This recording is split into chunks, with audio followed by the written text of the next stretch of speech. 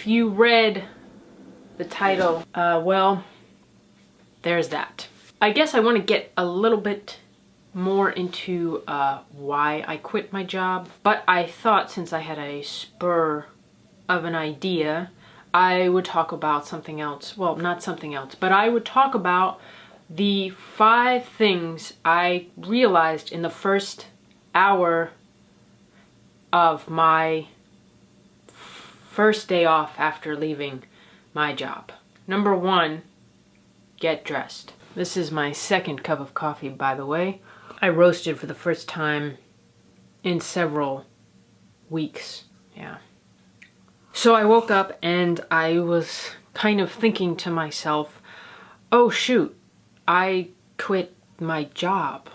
And I had this flood of all these ideas of what I need to do in order to not feel aimless after quitting my job. And I'm gonna talk about those here. I know there's this culture around not putting pants on, staying sweats. I'm not knocking the comfort level, but for me, not getting dressed demotivates me, unmotivates me. I don't feel like anything. I don't feel like anything. I don't feel like doing anything. If I stay in my pajamas all day or some equivalent to that, I feel kind of disgusting. Let's just put it out there. It makes me feel more tired, more sad. And I'm not saying, wear a pantsuit or business attire or tight jeans or any of the stuff that you normally wear when going out, but I think it's important to invest in leisure wear that is not your pajamas. I have this pair of pants made from a company called Seed Yoga, and they're hemp. So they're a bit stiffer than sweats. They hold their structure, but they're super comfortable. They move with your body. They're definitely more stretchy than jeans. I do also wear jeans though. I actually have this stretchy pair of work jeans from Duluth, and they got tons of pockets, lots of stretch. Number 2, I didn't think was gonna be such a big deal as it is within the first hour of me thinking all these thoughts, was that I need to spend time outside before I actually get to work. And that's something I've done since I've been working. I've worked at several jobs where I am there early, so I'm able to spend part of the morning that I get there, or I guess it doesn't have to be morning, it could be afternoon. My favorite part about working 12 to 9 shifts on a weekday was that I could get there super early and I could take a walk. I can grab a coffee and sit outside and enjoy my thoughts before getting into work. And I know I could do that at home, but there's something about leaving the home, being outside before going into work that's really important to me. Yeah. Number 3, stick to a schedule. I find if I don't adhere to a somewhat classical work schedule, I'm less likely to get things done. If I leave it up to myself, well, that's a pretty dangerous recipe.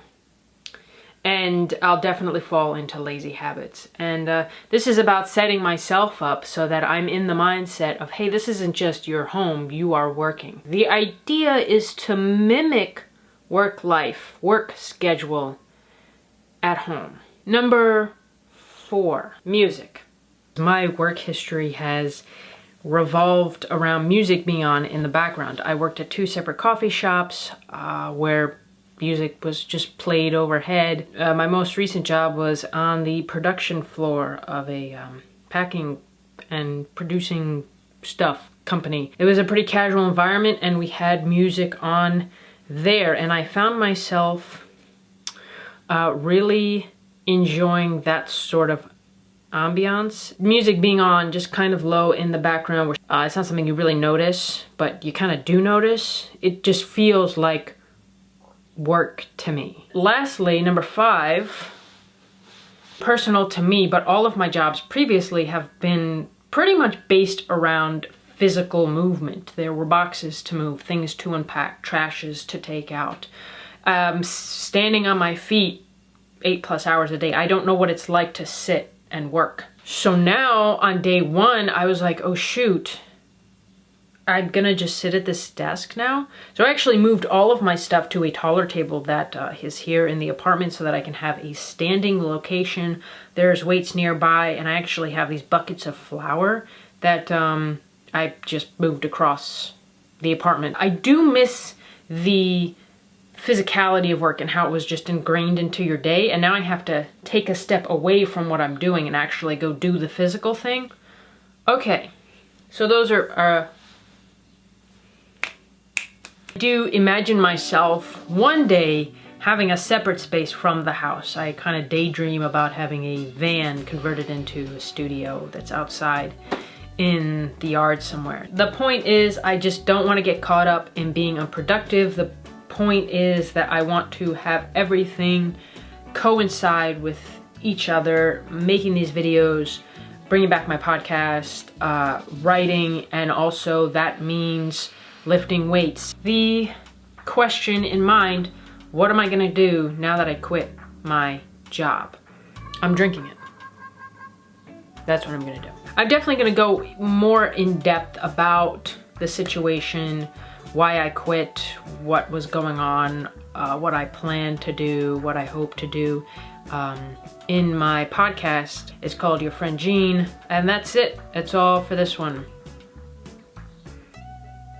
Thanks for watching. Thanks for tuning in, and I'll be seeing you.